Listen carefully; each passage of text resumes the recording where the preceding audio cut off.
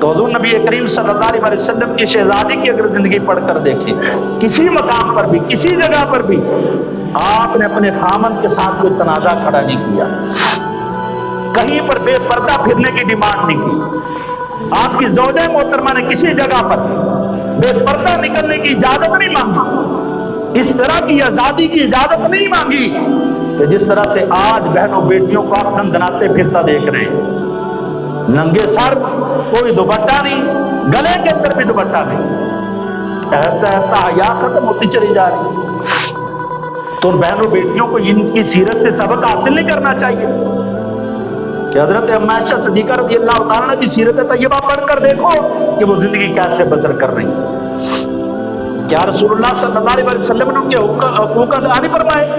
آقا علیہ السلام سے بہتر حقوق کون ادا کر سکتا ہے؟ تو کبھی بھی کسی بیٹی کو یہ نہیں سمجھنا چاہیے کہ میں روڈوں پر پھروں گی، ویڈیو بناؤں گی، ننگے سر ناچوں گی تو پھر میرا حق ادا ہوگا، نہیں، بلکہ یہ اعمال کرنے سے تمہارا ٹھکانہ دوزخ تو ہو سکتا ہے، جنت نہیں ہو سکتا۔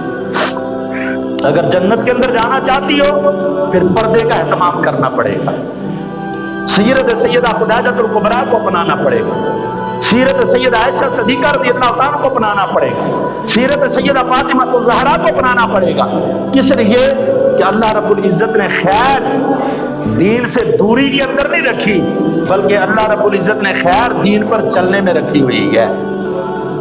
تو اس لیے ان خواتین کو اپنا ماڈل بنائیں، ہماری مائیں بہنیں بیٹیاں، ہم اپنی بچیوں کی تربیت اس انداز کے اندر کریں کہ ہماری بیٹیاں بے پردہ نہ پھریں بلکہ وہ پردے کا اہتمام کریں، بچپن سے ہی چھوٹے ہوتے ان کو اس چیز کے بارے میں آگاہ کریں کہ بیٹا آپ نے اپنی حفاظت کس طرح سے کرنی ہے، اپنے پردے کی حفاظت کس طرح کرنی ہے۔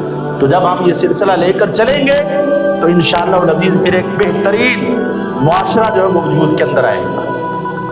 آپ اگر ایک بیٹی کی اچھی تربیت کرتے ہیں تو کیا خیال آپ ایک بیٹی کی تربیت کر رہے ہیں؟ نہیں، آپ ایک بہترین خاندان کی بنیاد رکھ رہے ہیں کہ جب وہ بیٹی جمع ہو کر کسی کے گھر میں جائے گی تو اب نئے خاندان کا جو آغاز ہوگا تو وہ اسی بیٹی کے ہاتھوں سے ہونے جا رہا ہے۔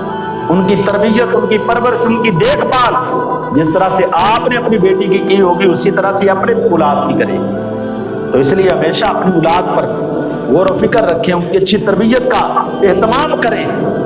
تو اللہ رب العزت کی بارگاہ میں دعا ہے کہ خالق کائنات ہمیں ان پاک ہستیوں کی سیرت طیبہ کو سمجھ کر اپنے گھروں کے اندر بھی اس سیرت کے قانون کو نافذ کرنے کے اللہ توفیق عطا فرمائے۔